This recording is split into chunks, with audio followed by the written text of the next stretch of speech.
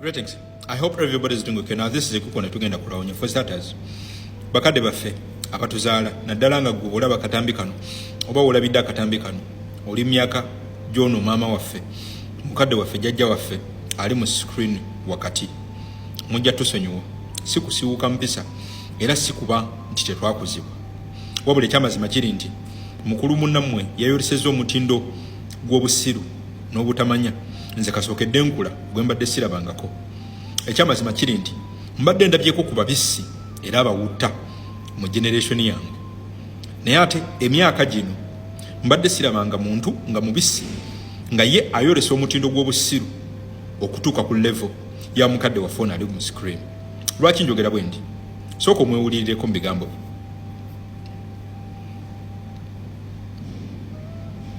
Mulimu n'abantu abakulu, mulimu n'abasomye, ne mubeerawo ne muyimirira ng'akaana keekyanga kabeekyangiramu mukayita mu paleedi. Omanyi oli principal kati oyogova okuwulira mukadde waffe ekyamazima kiri nti bakadde baffe mujja tusonyiwa bamaama bali myaka gino ne bataata bali myaka gino ono ye yaswazizza abakadde era olugero lw'abajjajjaffe obukadde magezi ekyamazima kiri nti ono yaluvayoletinze era yalwisizaamu olugaayo yeeyongedde otupuluvinga n'okutulaga nti n'abantu nga babisi nga babuyabuya era nga bajega nga n'okumanya kwabwe kutono ddala bafuna omukisa ne bakula n'okukaddiwa ne bakaddiwa n'envi ne bafuna ka vidiyo kova okuwulira yabadde addressinga omukulembeze waffe His Excellency Robert Kyagulanyi Ssentamu omukulembeze wa National Unity Platform President omulondo omutuufu omwaka gwa 2021 nye njagala okujjukiza mukadde waffe ono ali mu screen ekyenjawulo nti yabadde ayogeranga n'emimwa agibeze ennaku z'omwezi nga mu mwezi ogw'omwenda ennaku z'omwezi nga 15 1994 ebyafaayo bya Museveni okusinziira ku ye byatuwa bitulaga nti gwe mwaka gwe yazaalibwa era azaalibwa ng'ennaku z'omwezi 9 ennaku z'omwezi nga 15 omwezi ogw'omwenda 1994 mu kinaana 1980 Museveni akwata banne bagenda Luweero bw'okwata 1980 n'otolako 1944 osigaza 36 mbufunze Museveni yalina emyaka 36 mukadde waffe oyo gwolaba mu screen we yamwegattirako bagende bajjeko gavumenti y'Obote ate mu kavidiyo kova okuwulira ali mu kwadressinga omuvubuka oba omusajja eyakacelebratinga okuweza emyaka 43 egy'obukulu kakati gwe bakadde baffe abali eyo abalaba akatambi kano mukadde munnammwe waba teyeyolesezza obusiru obugwaga n'okuba omubisi obwa generation yaffe ekyo oyinza kukiwolereza otya era oyinza kukyadressinga otya kuba yakulaga gwayita omuvubuka alina emyaka 43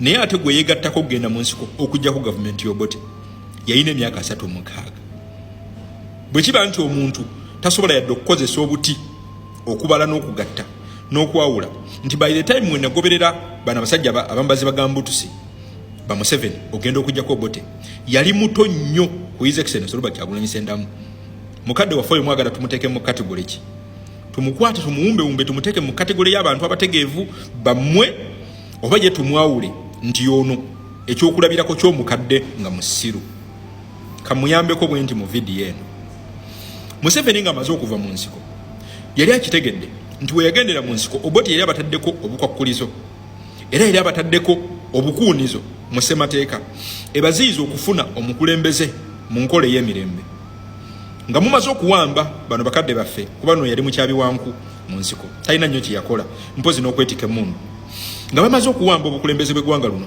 bw'eggwanga lyattu Uganda mu 1986 akakiiko kaabwe ke baateekawo mu 1993 njogera ku Constitutional Assembly ey'Odoki eyatubagira ssemateeka kwe tutambulira olunaku olwaleero the 1995 Constitution Museveni ne banne baakiraba nti olw'okuba nga Obote yali abataddeko obukuunizo n'obukwakkulizo okufuna omukulembeze gwe baagala nga bannansi yali yabaggalirayo okufuna omukulembeze gwe baagala Museveni yakiraba nti kyali kyamagezi by then leetiri bambi abantu baffe bano balowoozesa mbuto ennaku zino oyinza okulowooza nti emmere gye bali egenda mu mitwe embuto ze zibayambako okulowooza Museveni yakiraba nga kyali kyamagezi ku kakiiko k'Odoki ke yasindika okubaga ssemateeka bannansi okubateerawo article namba mwe basobola okuyita okumaamulako obukulembeze bwonna senga byonna bye bubeera bukola tebitambulira mu layini ya ssemateeka eno yennyini. Batuwa article eyokusatu gye bayita defense of the constitution. Mukadde waffe kansinzire mu article eno muyambeko kanziruke misinde. Article eyokusatu gye bayita defense of the constitution, clause eyokuna akatundu ka section akasookera ddala ke bayita mu clause eyokuna kagamba, all citizens of Uganda shall have the right and the duty at all times. Ngenda kubimuvunulira kuba mukadde waffe twategedde nti n'omugiti yagusoma. To defend this constitution and in particular to resist any person or group of persons seeking to overthrow the established constitution order. And akatundu akokubiri kagamba, to do all in their powers to restore this constitution and if it has been suspended, overthrown, abrogated or amended contrary to its provisions.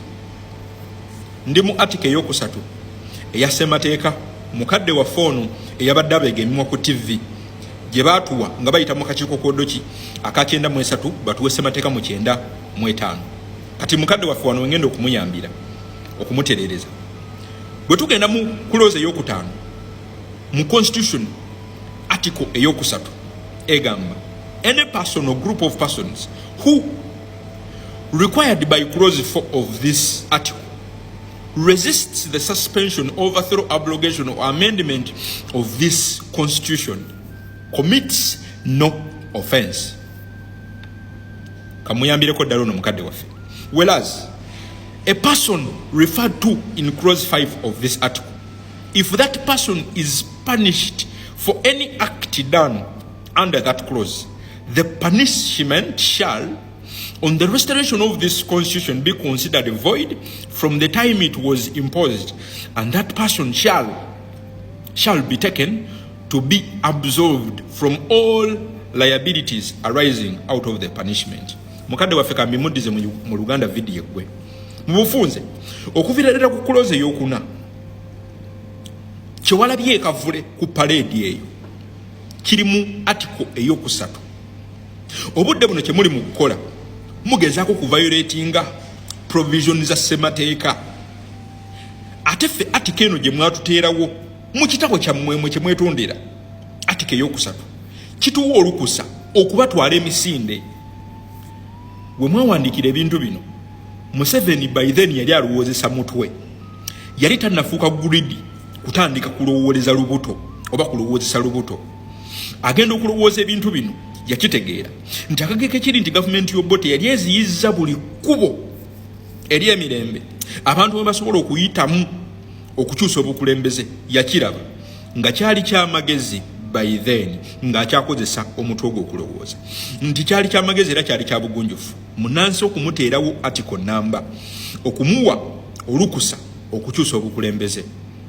Kati gwe maama akozesa olubuto okulowooza nga gy'obeera kati wano wootereka emmere. Njagala okutegeeza nti tewali kyewalabye kavulaawo nga tekiri mu ssemateeka. Okudifendinga ssemateeka yaffe kulooza ey'okuna etugambye omuntu ali mu kukola ekikolwa eky'okudifendinga eno ssemateeka ne provision zaayo tayina musango. Era nga ne mbeera mu mukutte Uganda ng'ekyuse omuntu oyo talibeera na musango. Kati gwe mukadde waffe kyabadde kikusumbuwa kwe kuba nti watyaba enku nnyingi eruweero mu nsiko. Bwe wafuna omukisa n'ogenda mu kifo eky'amaanyi obutamanywa bwo n'okuba nti wali mugwagwa tewayagala kugwongerako. Omulundi omulala ngenda kusaba bw'oba oyinayo ow'oluganda lwo ng'ayinamuko ku magezi nga takufaanana mukkirize asooka ku briefing ng'ogenda okujja ku mpewo z'eggwanga. Otherwise bamaama abalinga maama wange ne bataata abalinga taata wange waswaziza emyaka gyabwe. Amazima gali nti oli kyakulabirako kituufu eky'omukadde omusiru. Ate omukadde ng'ayina ekifo eky'obuvunaanyizibwa ng'ayina resources zisobola okumuyambako okubugumya ku bwongo bwe mu public n'alema kulabika ng'ekisa kirala oba n'alema kulabika ng'omubisi peke yake. 2026 teweerabira londa His Excellency Robert Kyagulanyi Ssentamu for a Better Uganda. Salute.